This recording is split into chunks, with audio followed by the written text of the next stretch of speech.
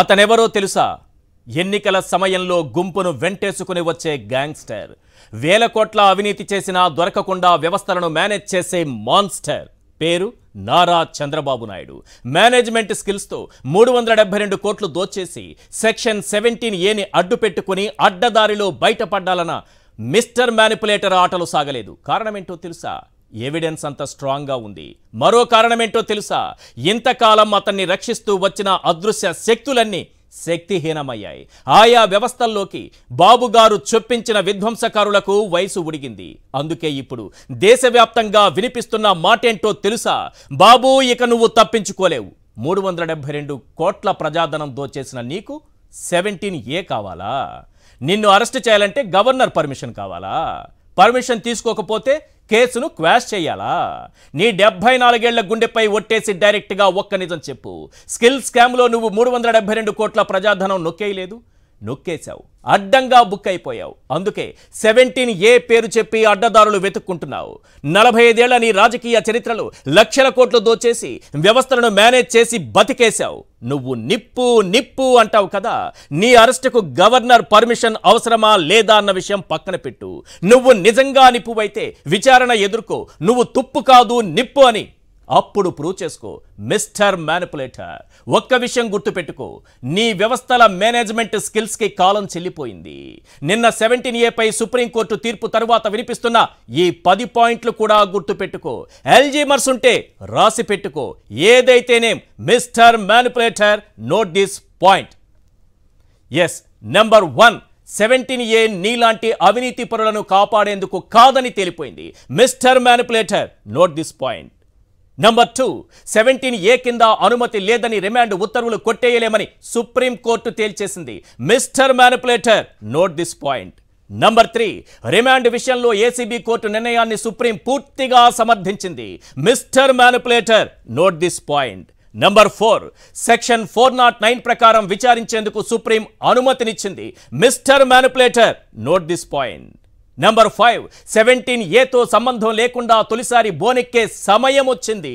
Mister manipulator, note this point. Number 6, section 409 ప్రకారం నేరం రుజువైతే skill కేసులో జీవిత ఖైదు తప్పదు. Mister manipulator, note this point. Number 7, నీ అరెస్టు రాజకీయ కక్ష సాధింపు కాదని న్యాయమూర్తులు తేల్చి చెప్పేశారు. Mister manipulator, note this point. Number 8, వ్యవస్థలకు దొరకకుండా వాడిన నీ మేనేజ్మెంట్ స్కిల్స్ పాచిక ఇక పారదు. Mister manipulator, note this point. Number 9, నీ అవినీతికి రక్షణ కవచంలా ఉన్న అదృశ్య శక్తులన్నీ శక్తిహీనమైపోయాయి. Mister manipulator, note this point. Number 10, fibre net, IRR, మద్యం, ఇసుక స్కామ్ల నుంచి అదృశ్య శక్తులు నిన్ను కాపాడలేవు. Mister manipulator, note this point. ఇప్పుడు ఈ 10 పాయింట్లు చంద్రబాబు గుర్తు పెట్టుకోవాల్సినటువంటి అవసరం ఉంది. ఈ పాయింట్స్ పైనే మనం చర్చించబోతున్నాం. చర్చలో పాల్గొంటున్నారు వెంకటరామరెడ్డి గారు, కార్పొరేట్ లా ఎక్స్పర్ట్. అలాగే మాల్యాద్రి గారు, రిటైర్డ్ జడ్జ్, మనకు లైవ్లో అందుబాటులో ఉన్నారు. సుందర రామశర్మ గారు, వైఎస్ఆర్సీపీ అధికార ప్రతినిధి, మనకు లైవ్లో అందుబాటులో ఉన్నారు. రైట్, ముందుగా వెంకటరామరెడ్డి గారితో మాట్లాడదాం. సార్, వెంకటరామరెడ్డి గారు, చాలా క్లియర్గా ఇద్దరు న్యాయమూర్తులు ఒక్క విషయంలో మాత్రమే విభిన్నమైనటువంటి తీర్పులు ఇచ్చారు. సో విస్తృత ధర్మాసనానికి కేసు వెళ్ళింది. ఇక్కడ ఆసక్తికరమైన అంశం ఏంటంటే వాట్ నెక్స్ట్? ఇప్పుడు ఏం జరగబోతుంది? అక్కడికి వెళ్ళిపోయింది, అయిపోయిందా ఈ కేసు? ఇన్ని రోజులు నానుతూ ఇంతకాలం 17A పైనే గడుస్తూ వచ్చింది. ఇప్పుడు విస్తృత ధర్మాసనానికి అన్నారు. సరే, అక్కడ కూడా త్వరలోనే అవుతుంది అనుకుందాం. ఏం జరుగుతుంది? ఏం జరగడానికి ఒక సిబిఐ కానీ విచారణ అధికారులకు కానీ ఒక అవకాశం దొరికిందనుకోవచ్చు ఈ కేసులో. మనం మామూలుగా ఒక విధమైనటువంటి భాషలో చెప్పాలంటే వీళ్ళకి ఒక అమ్మోరు పట్టింది. వాళ్ళకి 17A అనేటువంటి అమ్మోరు పట్టింది. అసలు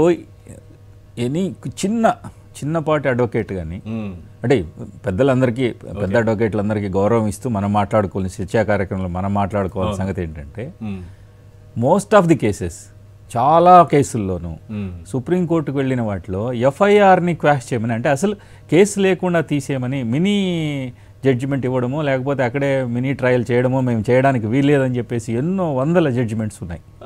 క్వాష్ చేసినవి కూడా ఉన్నాయి. క్వాష్ చేసినవి చాలా తక్కువ. క్వాష్ చేయడం అంటే దానికి చంద్రబాబు కేసులో కొన్ని క్వాష్ అయ్యాయి అంటారు కదా. అంత ఈజీ కాదు. అది క్వాష్ చేయడం అంటే మరి వాటిలో విచారణ మరి వాళ్ళు ఏ విధంగా చేశారనేది చూడాలి. ప్రస్తుతానికి దాని జోలికి వెళ్ళొద్దు, అది ప్రజలకు వదిలేద్దాము. సో ఇక్కడ ఉన్నదంటే అసలు అంశాన్ని వీళ్ళు రెగ్యులర్ బెయిల్కి అప్లై చేసుకోకుండా మొట్టమొదట లోయర్ కోర్టులో రెగ్యులర్ బెయిల్కి అప్లై చేసుకోకుండా డైరెక్ట్గా క్వాష్ పిటిషన్కి వేసుకొని క్వాష్ పిటిషన్ పైన ఇంతకాలం నడిపించి ఇది చేయడంలో దీని అంతరార్థం ఏంటి అంటే చంద్రబాబు నాయుడు గారిని ఖచ్చితంగా జైల్లోకి పంపిస్తే సానుభూతి పెరుగుతుందేమో అని వాళ్ళ అడ్వకేట్లే ప్లాన్ చేసి చేశారా అని నాకు కూడా ఓ రకంగా అనిపిస్తుంది. అంటే అంతకాలం జైల్లో ఉంటే కొంతకాలం ఉంటే సానుభూతి వస్తుందేమో, దానివల్ల అంటే జగన్ కూడా సానుభూతి అప్పుడు వచ్చాడు కదా, మనకు కూడా ఇది అవకాశం వస్తుంది. అంటే 9 గంటల పాటు ఆయన ఇక్కడ నుంచి నంద్యాల నుంచి ఆయన తీసుకొచ్చారు. నంద్యాల నుంచి ఇక్కడ ఏసీబీ కోర్టుకి విజయవాడలో తీసుకొచ్చేంత వరకు 8-9 గంటల పాటు జర్నీ చేశారు కదా. అప్పుడే రాని సానుభూతి ఏమొస్తుంది సార్ ఆయనకి అలిపిరిలో ఆయన కింద బాంబులు పెట్టి జీపులు పేలి ఇంత జరిగినప్పుడే ఆయన ఎలక్షన్ కట్లు కట్టుకొని ఒకరోజు ఈ చేతికి ఒకరోజు ఈ చేతికి కట్టుకొని కట్లు మార్చి రకరకాల ఫీట్లు చేసినా అప్పుడు రాలేదు సానుభూతి. అంటే వాళ్ళు అనుకున్న విధంగా జరగలేదు.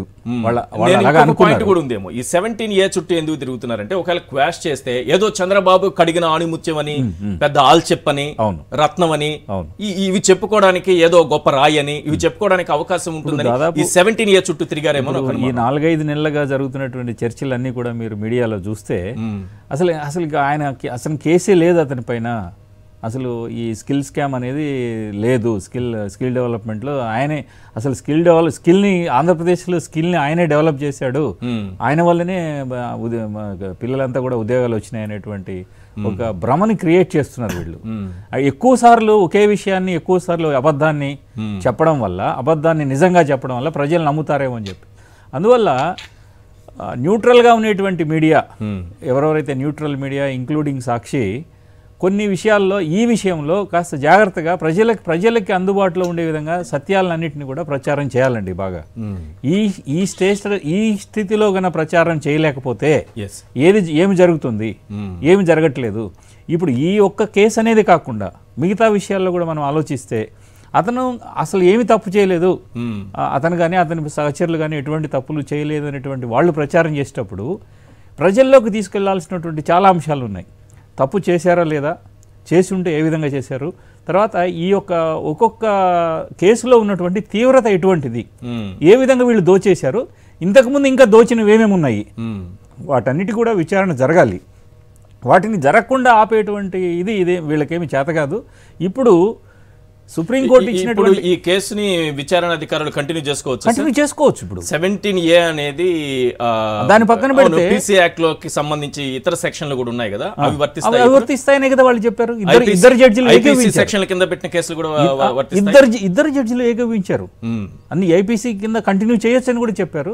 స్పెషల్ కోర్టుకు అధికారం ఉందని కూడా వాళ్ళు ధృవీకరించారు. ఇద్దరు ఏకాభిప్రాయాన్ని వెలిబుచ్చిన తర్వాత ఇంకా హయ్యర్ కోర్టు అదే విస్తృత ధర్మాసనము కూడా ఈ విషయంలో మళ్ళీ వెనక్కిపోయేటువంటి ఆలోచన ఉండకపోవచ్చు. 17A ఒక్కదానిపైన డిసైడ్ చేసేటువంటి ఇది రావచ్చు. 17A పైన డిసైడ్ చేసిన ఒకవేళ కాలేదు అనుకో, 17A అనేది అతనికి అనుకూలంగా ఉందనుకున్నా కూడా మిగతా ఐపీసీ సెక్షన్లన్నింటిలోనూ విచారణ చేయొచ్చు అనేది సుప్రీంకోర్టు వారు చెప్పారు. కాబట్టి even CBCID should go in to it. దాంట్లో చూసుకొని ఇప్పటికైనా వాళ్ళు ఇమీడియట్గా మేము చేయొచ్చా లేదా, చేస్తే ఏ విధంగా చేయాలనే దానిపైన ఇమీడియట్గా అతనికి నోటీసులు ఇస్తే కూడా బాగుంటుంది కదా. నేను ముందు ఛార్జ్ షీట్ వేయాల్సి ఉంటుంది. ఏం జరుగుతుంది అందుకే వాట్ నెక్స్ట్ అన్నాను. నాకు అంటే విచారణకు వెళ్ళి పిలవాలి. వీళ్ళు రాకపోతే మళ్ళీ కోర్టు పర్మిషన్ తీసుకొని మళ్ళీ వాళ్ళని విచారణకి ఒకటి కాకపోతే 4 సార్లు నోటీసులు పంపించాలి. విచారణకి పిలవచ్చా సార్? పిలవచ్చండి. ఆయన రాకపోతే ఏం చేయాలి? రాకపోతే కోర్టు పర్మిషన్ తీసుకుని అరెస్ట్ కూడా చేయొచ్చు. ఇప్పటికైతే మాకేం ఇబ్బందులు లేవని పాపము ఆంధ్రజ్యోతి వాళ్లే రాసేసుకున్నారు. మాకు ఇప్పటికైతే ఏం ఇబ్బందులు లేవు.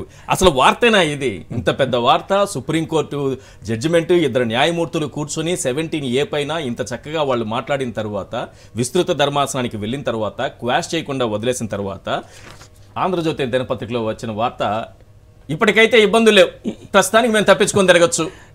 ఏమైనా సరే వీళ్లలో కొంతైనా సరే నిజాయితీ ఉందా, కొంతైనా సరే దాన్ని ఏమంటారంటే ఆత్మాభిమానం, ఆత్మ పరిశీలన అంటారు. ఇవేమైనా ఉందా? లేనేలేదు సార్. ఇప్పటికైతే మాకేం కాదు, మా చంద్రబాబుకి ఏం కాదు. వార్త రాసే వాళ్ళు ఉన్నారా అని ఆశ్చర్యం వేస్తుంది. తర్వాత ఏమైనా పర్లేదు, ఇప్పటికైతే ఏం కాదు. మళ్ళీ దాంట్లో ఎక్కడ రాశారు, ఇంకొంతకాలం యథాతథ స్థితే, ఎన్నికలు ముగిసేదాకా మాకు ప్రాబ్లం లేదు. ఎన్నికలు ముగిసిన తర్వాత ఎన్నికలు ముగిసేదాకా ఇదే అంట, అదే రాసుకున్నారు. ఇప్పుడు ఇలా రాస్తారా వార్తను ఎవరైనా? ఇప్పుడు ఒకసారి చూపించండి బాబు. సిబిసిఐడి కూడా ఇప్పటికైతే ఇబ్బందులు లేవు. వీళ్ళని ఏం చేయాలి, ఈ పత్రికలను ఏం చేయాలి, రాష్ట్ర ప్రజలు ఆలోచించాలి. ఇప్పటికైతే చంద్రబాబుకి ఇబ్బంది లేదంట, ఒక 2-3 రోజులు, వారం రోజులు, నెల రోజులు, ఒక 6 నెలల్లో ఇబ్బంది లేదంటే, ఎన్నికల వరకు పెద్ద ఇబ్బందులు ఏమి రాకపోవచ్చు అంట. ఎందుకంటున్నానంటే సార్, నోటీసులు ఇస్తారు, విచారణకు రమ్మంటారు. చంద్రబాబు తప్పు చేశారు, ఆధారాలు ఉన్నాయి కాబట్టే సుప్రీంకోర్టు వరకు వెళ్ళినా ఎక్కడా కూడా ఆయనకి ఊరట లభించలేదు ఈ క్షణం వరకు అన్నప్పుడు విచారణకు రాకపోతే ఏం జరుగుతుందని చెప్పాలి సార్. విచారణ రాకపోతే ఖచ్చితంగా లోయర్ కోర్టులో మళ్ళీ వీళ్ళు అప్లై చేసుకుంటారు. అప్లై చేసుకున్నప్పుడు కోర్టు పర్మిషన్ ఇస్తుంది, మీరు విచారణకి రమ్మని చెప్పేసి వాళ్ళకి మళ్ళీ నోటీస్ ఇవ్వమంటుంది, కోర్టు నోటీస్ పంపిస్తారు. ఎంతకాలమైనా సాగదీస్తారు కదా చంద్రబాబు లాంటి వాళ్ళు, అంత ఈజీ కాదు సార్. ఇప్పుడు వ్యవస్థల్ని మేనేజ్ చేయడము, మేనేజ్ చేయకపోవడం అనేది మామూలుగా జనాలందరికీ, అంటే ప్రజలందరికీ తెలిసినటువంటి విషయం ఏంటంటే, ఇప్పటికీ మనకి 30 ఏళ్ళు 40 ఏళ్ళు సర్వీస్ ఉన్నప్పుడు వీళ్ళు అపాయింట్ చేసిన వాళ్ళు కానీ, వీళ్ళ ద్వారా అపాయింట్ అయిన వాళ్ళు కానీ, వీళ్ళ సానుభూతి పరులు కానీ ఇప్పుడు మనలాగానే 60 ఏళ్ళు 70 ఏళ్ళు వచ్చి కొన్ని పోస్టులు రిటైర్ అయిపోయి ఉంటారు అన్ని వ్యవస్థల్లోనూ. ఇప్పుడు అంటే ఒక స్టేజ్ వచ్చింది, ఇప్పుడు మ్యానిపులేటర్స్కి కానీ వీళ్ళందరికీ కూడా విశ్రాంతి వచ్చేసింది. ఇప్పుడు వీళ్ళు వ్యవస్థల్లోకి చొప్పించినటువంటి వ్యక్తులు ఎవరు లేనప్పుడు ఏమవుతుందంటే, న్యూట్రల్ మనుషులు ఉన్నప్పుడు న్యూట్రల్ మనుషులు న్యూట్రల్ గానే ఆలోచించి వాళ్ళకి మెరిట్ లోనే ఆలోచిస్తారు కదా. వాళ్ళు రాసేటువంటి తీర్పు కానీ, వాళ్ళు రాసేటువంటి ఏమైనా నోటింగ్ కానీ, వాళ్ళు రాసేటువంటి రిపోర్ట్స్ కానీ న్యూట్రల్గా నిష్పక్షపాతంగా ఉన్నప్పుడు ఇటువంటి వాళ్ళు అంటే అయితే లేట్గా వచ్చేమో కానీ ఖచ్చితంగా వీళ్ళు చట్టానికి తప్పకుండా దొరికిపోతారు, వీళ్ళకి జైలు శిక్ష అయితే తప్పకుండా పడుతుంది అనేది నా అభిప్రాయం అండి. తర్వాత అదే విస్తృత ప్రచారం అనేది చాలా అవసరం. వాళ్ళు ఏం చేశారు అనేది ప్రజల్లోకి వెళ్ళాలి, ప్రజలు తెలుసుకోవాలి. అందరూ ఏంటంటే ఈ 10 రోజులు, ఒక 10 రోజులు 20 రోజులు జరిగేటప్పటికి ఆ తర్వాత ఇది జరుగుతూనే ఉంటుందిలే, ఇది అంతా మామూలే, మళ్ళీ నెక్స్ట్ మళ్ళీ ఇంకోటి ఏదో వస్తుంది అనే ఫీలింగ్ ప్రజల్లో రాకుండా మనం ఈ అంటే కరప్టెడ్ పీపుల్ని ఎన్నుకున్నందువల్ల మనకి సమస్యలు వస్తాయి ఫ్యూచర్లో.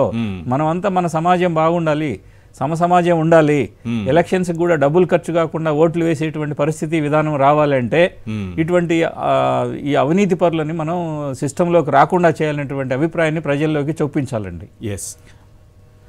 సార్, మాల్యాద్రి గారు మనతో పాటు జాయిన్ అయ్యారు, రిటైర్డ్ జడ్జి గారు. సార్ మాల్యాద్రి గారు, నిన్న చంద్రబాబు పెట్టుకున్నటువంటి 17A ఆధారంగా క్వాష్ చేయాలనేటటువంటి పిటిషన్ అంశం పైన 2 న్యాయమూర్తులు సరే వాళ్ళ తీర్పునిచ్చారు. అందులో కొన్ని అంశాలలో కొంత అభిప్రాయం వేరుగా మనకు కనిపించింది. ఇందులో సార్ జస్టిస్ అనిరుద్ధ్ బోస్ గారు వారు ఇచ్చినటువంటి జడ్జిమెంట్లో ఒక 3 పాయింట్స్ చదువుతాను సార్. ఒకటి చంద్రబాబు కొంత అనుకూలంగా కనిపిస్తోంది, మిగిలిన 2 ఇక్కడ ఉన్నదాన్ని బట్టి చూస్తే విచారణ అధికారులకు కొంత అనుకూలంగా కనిపిస్తున్నట్టుగా ఉంది. వీటిని మీరే అనలైజ్ చేయాలి సార్, ఎట్లా ఉంటుంది, ఏంటి, ఏం జరగబోతోంది, ఇప్పుడు విచారణ అధికారులు తమ విచారణను కొనసాగించుకోవడానికి వాళ్ళకి అనుకూలమైనటువంటి పరిస్థితులు వచ్చాయి లేదనేది. ఫస్ట్ ఇందులో ఉన్నటువంటి ఒక పాయింట్ ఏంటంటే అనిరుద్ధ్ బోస్ గారి జడ్జిమెంట్లో ఉన్నటువంటి పాయింట్ సార్ ఇది. The appellant cannot be proceeded against the offences under the Prevention of Corruption Act 1988 as no previous approval of appropriate authority has been obtained. This opinion of this court, however, shall not foreclose the option of the concerned authority in seeking approval in terms of the aforesaid provision. In this case, liberty is preserved for the state to apply for such approval contained in the said provision. ఇది ఒక point sir. దీని ఆధారంగా అంటే తప్పనిసరిగా 17A ఆధారంగా దీనికి ఉన్నతాధికారుల permission తీసుకోవాల్సిందని చెప్పినట్టేనా? అందరికీ నమస్కారం అండి. ఆలస్యం అనుకోవద్దు. Okay sir, okay. మొదటిది, ఈ స్కిల్ కేసుని ఒకరేమో పూర్తిగా కొట్టేశారండి ఒక జడ్జి గారు. రెండవ జడ్జి గారు, అంటే మీరు చెప్పిన జడ్జి గారు డిస్పోజ్డ్ ఆఫ్ అన్నారు, డిస్మిస్ చేయలేదు. ఓకే. డైవర్జెంట్ ఒపీనియన్స్ వచ్చినాయి. వచ్చినప్పుడు లార్జర్ బెంచ్ కి రెఫర్ చేశారు. అయితే ఇక్కడ చాలా ఇంపార్టెంట్ పాయింట్ ఏంటంటే, ఆల్రెడీ 5 బెంచ్లో ఒక ప్రశాంత్ భూషణ్ గారు వేసిన ఒక కేసులో the point involved is enquiry investigation. ఇవి మీరు రేర్ శాంక్షన్ తీసుకొని చెయ్యాలి అనేది అన్కాన్స్టిట్యూషనల్ అని అక్కడ క్వశ్చన్ చేశారు. ఓకే. సో అది పెండింగ్ ఉండగా ఈ observation you can proceed with, అంటే ప్రొసీడ్ విత్ ఎలా, మీరు కాంపిటెంట్ అథారిటీ దగ్గర శాంక్షన్ తీసుకోవడానికి మీకు లిబర్టీ ఉంది అని అన్నారు. అయితే మనం ఇక్కడ ఈ ఈ రెఫరెన్స్ లో ఒక కేసు చెప్పుకోవచ్చు, యడ్యూరప్ప గారి case. Honourable chief minister Yediyurappa గారి కేసులో గవర్నర్ పర్మిషన్ రిఫ్యూజ్ చేశారండి. గవర్నర్ పర్మిషన్ రిఫ్యూజ్ చేసినా కూడా అప్రాపరేట్, అదే ఇన్వెస్టిగేషన్ ఆఫీసర్ అనుకోండి, ఎవరైనా అనుకోండి, వాళ్ళు ప్రొసీడ్ అయ్యారు కేసు. గవర్నర్ పర్మిషన్ ఇవ్వకపోయినా ప్రొసీడ్ అయ్యారు. ఇవ్వకపోయినా ప్రొసీడ్ అయినప్పుడు మరి డిస్ట్రిక్ట్ కోర్ట్ వాళ్ళు నాకు పవర్ చెప్పి రిమాండ్ చేయటం అవన్నీ ఆ ప్రాసెస్ లో వెళ్ళింది. డిస్ట్రిక్ట్ కోర్టు అంటే అగైనెస్ట్ యడ్యూరప్ప గారికి అంటే ఈ 17AA నాట్ అప్లికబుల్ అని చెప్పి తీర్పిచ్చారు. దాని మీద హైకోర్టుకి వెళ్తే హైకోర్టు రివర్స్ చేసిన తర్వాత సుప్రీంకోర్టు వాళ్ళకి ఫేవరబుల్ గా ఇచ్చింది. ఇది ఒక ఇష్యూ. రెండోది ఏంటంటే ఈ కంటెక్స్ట్ లో ఈ పర్టికులర్ కేసులో ప్రొసీడ్ విత్ అంటే మీరు అప్లై చేయండి, శాంక్షన్ తీసుకోండి. అయితే ఇక్కడ శాంక్షన్ తీసుకునే దానికి సంబంధించి అరెస్ట్, రిమాండ్ ఈ రెండు కూడా ఇల్లీగల్ అనలేదు. ఇల్లీగల్ అనకుండా ఒక అబ్జర్వేషన్ చేశారు. ఏం చేశారంటే శాంక్షన్ తీసుకోలేదు కాబట్టి, శాంక్షన్ లేదు కాబట్టి మేము ఈ రెండింటిని ఇల్లీగల్ అని అనలేము. Okay, good. We don't say that they are illegal. So ఈ కాంటెక్స్ట్ లో ఈ రెండు ఇల్లీగల్ కాదు కాబట్టి ఫర్దర్ ఇన్వెస్టిగేషన్ కూడా ఇల్లీగల్ కాదేమో. ఫర్దర్ ఇన్వెస్టిగేషన్ వాళ్ళు చేసుకుంటూ పోతే, అంటే ఇంక్లూడింగ్ కలెక్షన్ ఆఫ్ ఎవిడెన్స్, అంటే ఇక్కడ చాలా ఇంపార్టెంట్ ఏంటంటే 3 ఆస్పెక్ట్స్ ఉంటాయి సార్ ఈ పర్టికులర్ కేసెస్ అన్నిట్లో కూడా. ఏది 17A కానివ్వండి, లేకపోతే ప్రివెన్షన్ ఆఫ్ కరప్షన్ యాక్ట్ లో మూడు ఇంపార్టెంట్. ఫస్ట్ ఏంటంటే చేసిన మనిషి, అంటే ఎవరైతే అప్రాపరేట్ అక్యూజ్డ్ ఎవరున్నారో ఆ పర్టికులర్ కేసులో తీవ్రమైన ఆర్థిక నేరం కదండి ఇది. కాబట్టి అతన్ని అరెస్ట్ చేసి ఇన్వెస్టిగేషన్ చేసి అతను శిక్ష పడేలా చూసుకోవడం, అది ఫస్ట్ పార్ట్. సెకండ్ పార్ట్ ఏంటంటే ఏదైతే డెసిషన్ తీసుకున్నారో, what ever decision he has taken, అది కాన్స్పిరసీ వల్ల తీసుకున్నారా లేకపోతే డబ్బులు ముట్టినందు వల్ల తీసుకున్నారా, ఆ పర్టికులర్ డెసిషన్ ని ఇల్లీగల్ అని హోల్డ్ చేయటం. ఇల్లీగల్ అని హోల్డ్ చేసిన తర్వాత పబ్లిక్ ఎక్స్చేర్ కి, అంటే థర్డ్ పార్ట్, పబ్లిక్ ఎక్స్చేర్ కి ఏదైతే నష్టం జరిగిందో, ఫర్ ఎగ్జాంపుల్ ఆ డెసిషన్ వల్ల స్టేట్ కి ఒక 10 కోట్ల లాస్ వచ్చింది అనుకోండి, లేకపోతే 10 కోట్లు ఎవరికో గెయిన్ వచ్చింది అనుకోండి, దాన్ని రికవర్ చేయటం. ఈ 3 పార్ట్స్ చూసుకుంటే మనము ఈ పర్టికులర్ కేసులో మీరు ఇచ్చినటువంటి అబ్జర్వేషన్ వల్ల శాంక్షన్ అనేది వాళ్ళు తీసుకుంటారు. That is routine process. Sanction కి అప్లై చేస్తారు, తీసుకుంటుంటారు. కానీ ఈ 3 ప్రాసెస్ లో ఎప్పుడైతే అరెస్ట్ ఇల్లీగల్ కాదన్నారు, నెక్స్ట్ రిమాండ్ ఇల్లీగల్ కాదన్నారు, పవర్ ఉందని అన్నారు. ఏదైతే హరీష్ సాల్వే గారు వాదన చేసి పంజాబ్ నుంచి వెళ్ళిన సుప్రీంకోర్టు డెసిషన్, ప్రకాష్ రాజు ఏదో ఉంది, దాంట్లో ఈ arrest is illegal, remand is illegal అనే ఒక జడ్జిమెంట్ లో ఇచ్చిన ప్రిన్సిపల్ ని బేస్ చేసుకుని ఆయన ఆర్గ్యూ చేశారు.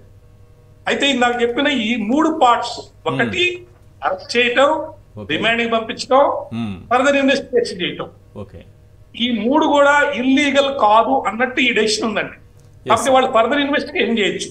ఈ ఫర్దర్ ఇన్వెస్టిగేషన్ లో ఈ 3 పార్ట్స్ లో అరెస్ట్ ఒప్పుకున్నారు. నెక్స్ట్ ఏంటి, ఆయన చేసిన డెసిషన్, వాట్ ఎవర్ డెసిషన్ ఆ గవర్నమెంట్ సర్వెంట్ తీసుకున్నాడో దాన్ని ఇల్లీగల్, దీనివల్ల ఈ నష్టం జరిగింది, దాని డబ్బులు రికవర్ చేస్తున్నాము అనే దానికి సంబంధించి ఆ పోలీస్ ఆఫీసర్ కానీ, లేకపోతే రికవరీ ఆఫీసర్ కానీ, లేకపోతే సివిల్ సైడ్ కానీ ఏదైనా సరే ఆ ప్రొసీడింగ్ కి ఎటువంటి ఇబ్బంది లేదు. ఇదేదో ఇప్పట్లో అయితే ఇబ్బందులు లేవు అనేదో మీరు ఎక్కడో చదివారని చెప్పి మీరు అన్నారు. ఆ ఇబ్బందులు లేకుండా ఎలా అంటే ఇబ్బందులు ఉన్నాయి కదా, శాంక్షన్ తీసుకోమంటారు. అందులోనే సార్ నేను ఇంతకు ముందు ఫస్ట్ ఒక పాయింట్ చదివి వినిపించాను కదా, నెక్స్ట్ కింద ఉన్నటువంటి పాయింట్స్ 2 చదువుతాను సార్. అంటే ఇది ఏంటంటే చంద్రబాబుకి చాలా అనుకూలమని కొంతమంది దాన్ని విశ్లేషణ చేసుకుంటాను. ఇంతకు ముందు నేను చదివినట్టు తప్పండి, ఈ పర్టికులర్ డెసిషన్ వల్ల నేను పొలిటికల్ ఎక్స్పర్ట్ కాదు, లీగల్ ఎక్స్పర్ట్ గానే అంతే చెప్తాను. అవును పొలిటికల్ గా కూడా చాలా చాలా కాన్సిక్వెన్సెస్ వస్తాయండి. అంటే కామన్ పర్సన్, ఇంటెలిజెంట్ పర్సన్, లేకపోతే చదువుకున్నవాడు, లేకపోతే ఈ రాజకీయాలు తెలిసిన వ్యక్తి ఎవరైనా కానీ ఇది ఆలోచించేటప్పుడు మీ మీద కేసులు ఉన్నాయి అంటే టిల్ ప్రిజ్యూమ్డ్ యాజ్ ఇన్నోసెంట్ అంటే టిల్ ప్రూవ్డ్ యాజ్ ఇన్నోసెంట్ అని అంటారు, అది ఉంటది. బట్ కేసెస్ అయితే పెండింగ్ ఉన్నాయి కాబట్టి ఓటేయాలన్నప్పుడు పవిత్రమైన తమ హక్కుని వాళ్ళు వాడుకునేటప్పుడు ఈ డెసిషన్ వల్ల, ఈ పర్టికులర్ డెసిషన్ వల్ల మీ అరెస్ట్ లీగల్ అన్నారు, మీ రిమాండ్ లీగల్ అన్నారు ఒక విధంగా, నెక్స్ట్ ప్రొసీడ్ కమ్మన్నారు, ఏది మీరు శాంక్షన్ అప్లై చేయండి అన్నారు. కాబట్టి డెఫినెట్ గా ఇది ఇంతటితో దీనివల్ల ఇబ్బందులు లేవు, లేకపోతే ప్రజలేవి అట్లా ఆలోచించారు అని అంటే అది పొరపాటు. రైట్, ఇందులో ఆ పాయింట్ నేను చదివి వినిపిస్తాను, దాని ఉద్దేశం కూడా ఏంటో చెప్పండి సార్. జస్టిస్ అనిరుద్ధ్ బోస్ గారి తీర్పులో సారాంశం సార్ ఇది. I decline to interfere with the remand order dated 10/09/2023 as I am of the view that the special judge had jurisdiction to pass such order even if the offences under the 1988 Act could not be invoked at the stage. Lack of approval in terms of section 17A would not have rendered the entire order of remand non-est. ఒకటి. రెండో point దాని కిందనే ఒక ఇంకా ఆసక్తికరమైనటువంటి అంశం ఉంది sir. The appellant, however, could be proceeded against before the special judge for allegations of commission of offences under the Indian Penal Code 1860 for such also he has been implicated. ఈ రెండు points అన్నవి అంటే 17A ఒకవేళ approval తీసుకోవాలనే అంశం ఉన్నప్పటికీ కూడా ఇక్కడ ఈ ఐపీసీ సెక్షన్ల కింద కేసును కొనసాగించవచ్చని క్లియర్ గా ఇండికేషన్ ఇచ్చినట్టే కదా సార్? సార్ అంటే ప్రజలకు మీకు అందరికి అర్థమైంది, ప్రజలకు ప్లీజ్ అదే కావాలి సార్, సులభమైన భాషలో చెప్తున్నాను. చెప్పండి సార్. నేరాలు చేసేవాడు ఏ చట్టం కింద ఏ నేరం వస్తుందని చూసుకొని కూడా తెలివిగా కొంతమంది చేస్తుంటారు. ఓకే. అయితే దీంట్లో ఇప్పుడు ఐపీసీ కింద కొన్ని నేరాలు జరిగినాయండి, ప్రివెన్షన్ ఆఫ్ కరప్షన్ యాక్ట్ కింద కొన్ని నేరాలు జరిగినాయి. శాంక్షన్ తీసుకోవాల్సింది only prevention of corruption act కింద జరిగిన నేరాల గురించి. కాబట్టి మిగతా వాటికి శాంక్షన్ అవసరం లేదు. కాబట్టి ఆ ఐపీసీ కింద జరిగిన నేరాలకు సంబంధించి జడ్జి గారికి power of remand without sanction ఉంది. కాబట్టి ఈ రిమాండ్ చేసింది ఇల్లీగల్ కాదని ఆయన రాశారు. ఒకటి.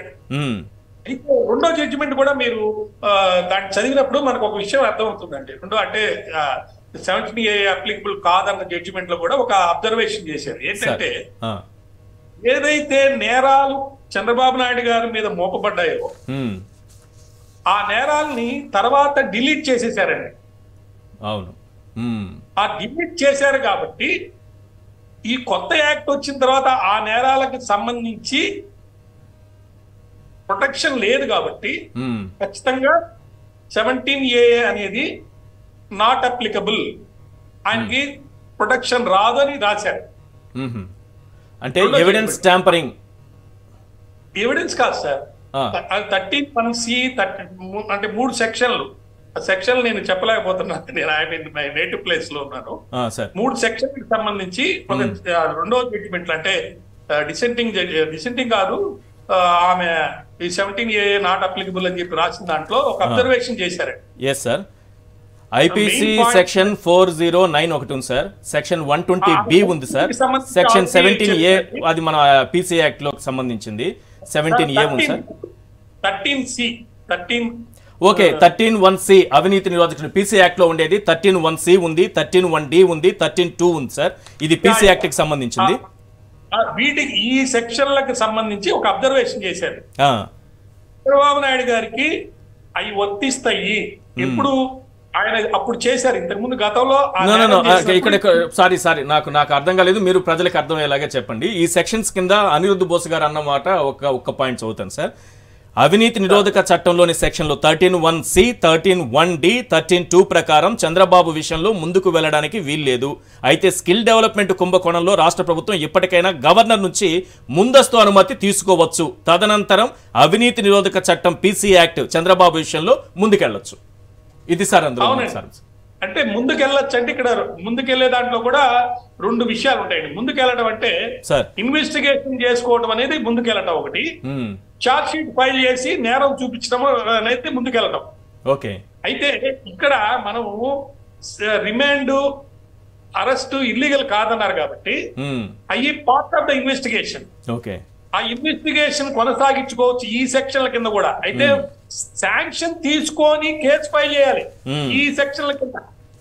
చార్జ్ షీట్ ఫైల్ చేసే రోజుకి ఆయన శాంక్షన్ వస్తే చాలు.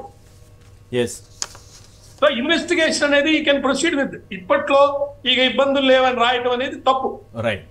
ఎప్పుడు ఇబ్బందులు లేవు, శాంక్షన్ కనుక ఒకవేళ గవర్నర్ ఇవ్వకపోతే ఓకే అప్పుడు కొంచెం ఈ సెక్షన్ల కింద, ఇప్పుడు మీరు చెప్పిన సెక్షన్ల కింద anti prevention of corruption act కింద కొన్ని ఇబ్బందులు లేకుండా ముందుకెళ్ళచ్చు. కానీ ఇక్కడ ఐపీసీ కింద నేరాలకు సంబంధించి ప్రొసీడ్ అయిపోవచ్చు. Even prevention of corruption act కింద కూడా investigation you can continue investigation. Sanction for filing the charge sheet sanction కావాలి. లేదా మేము ఛార్జ్ షీట్ ఫైల్ చేసేస్తాము, సబ్సిక్వెంట్ గా శాంక్షన్ తీసుకుంటాము, ఆ శాంక్షన్ వచ్చిన తర్వాతనే మిగతా కేసులు మిగతా నేరాల మీద అంటే ప్రివెన్షన్ ఆఫ్ కరప్షన్ యాక్ట్ కింద నేరాల మీద మీరు కాగ్నిజెన్స్ తీసుకోండి, ఐపీసీ కింద ప్రొసీడ్ అవ్వండి అని కూడా వాళ్ళు అడగచ్చు. Okay, good. Okay sir, right. ఒకసారి కేసు ప్రొసీడింగ్స్ కి ఎటువంటి ఇబ్బందులు లేవండి. కేసు ప్రొసీడ్ అవ్వచ్చు. ఛార్జ్ షీట్ వేసినప్పుడు శాంక్షన్ గనక వస్తే అంటే తీసుకుంటే 17AA కింద ప్రొసీడ్ కావచ్చు. రైట్. సుందరరామ శర్మ గారు, చంద్రబాబు లాంటి వ్యక్తిని ఇంత అవినీతి చేసినా, ఏ అవినీతి చేసినా, ఏం జరిగినా అరెస్ట్ చేయగలుగుతారా? అసలు ఆయన టచ్ చేయగలుగుతారా? ఆయనే చెప్పారు నన్ను టచ్ చేయగలరా అని అన్నారు. అరెస్ట్ అయిపోయారు, లోపల ఉన్నారు, 52 రోజులు ఉన్నారు. ఇప్పుడు ఏదో బెయిల్ మీద బయటకు వచ్చారు. ఇది జరుగుతున్నప్పుడే క్వాష్ చేయించుకోవాలని ఒక ప్రయత్నం చేశారు. 17Aని అడ్డం పెట్టుకుని మొత్తం క్వాష్ చేయించుకోవాలని చూశారు. అది కూడా నిన్నటితో నెరవేరలేదనేది చాలా క్లియర్గా అర్థమవుతోంది. ఇప్పుడు నెక్స్ట్ ఆయన బోనులో నిలబడక తప్పదు. చంద్రబాబుని ఎవరైనా కోర్టు మెట్లు ఎక్కిస్తారా అనేటటువంటి ప్రశ్న చాలామంది పెద్ద పెద్ద వాళ్ళు చెప్పారు. ఇప్పుడు దీన్ని బట్టి అర్థమవుతోంది అంటే ఆయన బోన్లో నిలబడక తప్పదు. ఒకవేళ రుజువైతే శిక్ష అనుభవించక కూడా తప్పదు. బోనులో మొదటిసారి నిలబడబోతున్నారు. ఐపీసీ 409 ప్రకారం రుజువైతే ఏం జరగబోతోంది చంద్రబాబు విషయంలో? ఇంతకాలం ఇతను ఎలా మేనేజ్ చేసుకుంటూ బయటపడుతూ వచ్చాడు, ఇప్పుడు ఇంత దూరం ఎలా రాగలిగింది? ఏం చెప్తారు సార్? సార్, మీకు ఈశ్వర్ గారు, మీకు ప్యానెల్లో ఉన్నటువంటి పెద్దలందరికీ నమస్కారం. చంద్రబాబు గారు నేను చేసేటువంటివన్నీ కూడా టెక్నికల్ ఉంటాయి, ఎక్కడా కూడా లీగల్ గా నేను ఎక్కడా దొరకను అనేటువంటిది ఆయనకున్నటువంటి ఒక కాన్ఫిడెన్స్. స్టేట్మెంట్ ఓపెన్ గా చెప్పాడు ఆయనే. కాకపోతే అదేదో అంటారు చూసారా, ఎల్లవేళలా మన రోజులు కావు అని చెప్పారని, అది ఇవాళ రోజున రుజువు అవుతుంది. అయితే చంద్రబాబు నాయుడు గారు ఈ యొక్క లా అనేటువంటి న్యాయశాస్త్రంలో ఆయన చదవకపోయినా, ఇది పట్టభద్రుడయ్యి లేకపోతే అడ్వకేట్ కాకపోయినా పూర్తిగా అవపోసన పట్టాడు. ఎందుకు పట్టాల్సి వచ్చింది అంటే, ఏ మనిషికైనా కూడా మొదట్లో కనుక ఏదైనా దెబ్బ తగిలితే అది ఎప్పటికైనా తగులుతుంది అనుకోవటంలో, అందువల్ల దాని మీద ఎక్కువ కాన్సన్ట్రేట్ చేయడం అనేది మనం చూస్తాం. అది ఏంటంటే 1985లో చంద్రబాబు నాయుడు గారు కర్షక పరిషత్కి వెళ్ళటానికి చాలా కష్టపడ్డాడు. దానికి ఆయన యొక్క ఇన్కమ్ విషయంలో వాటిల్లో చాలా సార్లు న్యాయస్థానాలకు వెళ్ళటం అవన్నీ జరిగి చివరికి ఆయన యొక్క ఇన్కమ్ 36,000 రూపాయలు మాత్రమే సంవత్సర ఆదాయం చూపించుకుని అది తీసుకున్నప్పుడు ఆయనకు అర్థమైంది ఏంటంటే, ఏదైనా సరే మనం న్యాయం సూత్రాలని అంటే న్యాయ బుక్కుల్ని బాగా చదవాలి అని అవపోసన పెట్టి దాని ప్రకారం ఇన్ని రోజుల పాటు ఆయన ముందుకెళ్తూ వచ్చాడు. అందుకనే ఆయన టెక్నికల్ గా నేను దొరకను అని. అందువల్ల ఆయన ఇప్పటి వరకు కూడా చేసిందంతా కూడా ఒక ఎత్తు అయితే, జగన్మోహన్ రెడ్డి గారు వచ్చిన తర్వాతన మనం అరెస్ట్ చేసింది ఆయన్ని ఏదో రాజకీయ కక్షతో అని చెప్పనని, లేదా జగన్మోహన్ రెడ్డి గారు చంద్రబాబు గారికి ఏదో జనాలు వచ్చేస్తున్నారు, ఏదో ఇది చూసేస్తున్నారు కాబట్టి చేశారని చెప్పనటువంటి దానికి ఆ రోజున సిపిఐ రామకృష్ణ గారు కానీ, భారతీయ జనతా పార్టీ అధ్యక్షురాలు పురంధరేశ్వరి గారు కానీ వారందరూ కూడా అరెస్టు కరెక్ట్ కాదు, అట్లా అరెస్ట్ చేయకూడదు, బాబు గారిని అట్లా అరెస్ట్ చేయటం ఏంటి, తప్పు కదా, అది అరెస్ట్ అక్రమము అని చెప్పినటువంటి వాళ్ళకి కానీ, లేకపోతే పవన్ కళ్యాణ్ గారు లాంటి వాడు కూడా బయటికి వచ్చేసి ఆయన చాలా గొప్ప నీతిపంతుడు, ఆయన అరెస్ట్ చేస్తారా, అక్రమ అరెస్ట్ ఇది, అసలు ఆయన ఏమీ తెలియదు అని చెప్పిన మాట్లాడేటువంటి వాళ్ళకి నిన్న వచ్చినటువంటి తీర్పు ఒక రకంగా చెప్పాలంటే చెంపపెట్టు లాంటిది. ఎందుకంటే ఒక విషయం, ఒక న్యాయస్థానం ఇచ్చినటువంటి రిమాండ్ని దాని మీద కూడా తెలియకుండా న్యాయస్థానం మీద, ఆ న్యాయస్థానంలో ఆ రోజున ఇచ్చినటువంటి తీర్పు ఇచ్చినటువంటి జడ్జి గారి మీద కూడా వీళ్ళు చేసినటువంటి వాటన్నిటికీ కూడా ఇప్పటికైనా కూడా మీరు ఇందాక అన్నట్టుగా, ఇందాక ఏదో చెప్పారు చూసారు, ఆయనకి ఇప్పటిదాకా మోస్తున్నటువంటి వాళ్ళు ఎట్లయితే ఈ చంద్రబాబు నాయుడు గారి 74 ఏళ్ళు వచ్చాయో వాళ్ళకు కూడా వయసు ఉడికిపోయే పరిస్థితి ఉండటంతో ఇక ఇవన్నీ సాగవు అని చెప్పని అనిపించింది నాకు. ఇంకొక విషయం చెప్తాను. ఇవాళ 17A ఐపీసీ అంటే పీసీ యాక్ట్ కింద ఐపీసీ సెక్షన్స్ కింద 2 పెట్టడం జరిగింది. పీసీ యాక్ట్ కింద 17A విషయంలో మాత్రమే 2 న్యాయమూర్తులు కూడా విభేదించారు. దాన్ని ఓన్లీ 17A అప్లికేషన్ వరకు మాత్రమే ఇప్పుడు నెక్స్ట్ 3rd దీనికోసం వెళ్ళేటట్టుగా ఉంది. కానీ అసలు చంద్రబాబు నాయుడు గారు అడిగింది ఏంటి? ఎఫ్ఐఆర్ క్వాష్ చేయాలి, arrest is illegal, so remand is illegal. అది వాళ్ళ ఉద్దేశం. ఆయనకి 17A కింద పర్మిషన్ తీసుకోలేదు కాబట్టి అసలు అరెస్టే సక్రమం కాదు, అక్రమము అనేటువంటిదే వాళ్ళు వాదిస్తే నిన్న ఇచ్చినటువంటి దాంట్లో రిమాండ్ కానీ అరెస్ట్ కానీ అవన్నీ కూడా లా ప్రకారం కరెక్ట్ గానే ఉన్నాయి అనేటువంటిది చెప్పటమే కాకుండా ఐపీసీ కింద కంటిన్యూ అంటే వాళ్ళు విచారణ చేసుకునేటువంటి అవకాశాన్ని కూడా 2 న్యాయమూర్తులు ఇచ్చారు. ఈవెన్ ఆయన 17A ఆయనకు అప్లై అవుతుందని ఆయన చెప్పారు. 17A అసలు కంప్లీట్ గా ఆ యొక్క దీన్ని డిస్మిస్ చేసిన ఆమె కూడా జడ్జి గారు కూడా చెప్పారు. అయితే మీరు అడుగుతున్న క్వశ్చన్ లో 409 చంద్రబాబు నాయుడు గారికి ఈ 409 ఎందుకంటే ఇది ఇంతకు ముందు డిస్కషన్ మన ఆర్గ్యుమెంట్స్ జరిగేటప్పుడు కూడా న్యాయమూర్తులు అడిగారు, వాట్ అబౌట్ ఐపీసీ సెక్షన్స్ 409 ఉంది కదా అని కూడా అప్పుడు వాళ్ళు అడిగారు. అడిగితే వీళ్ళు 17A పట్టుకుని వేలాడారు.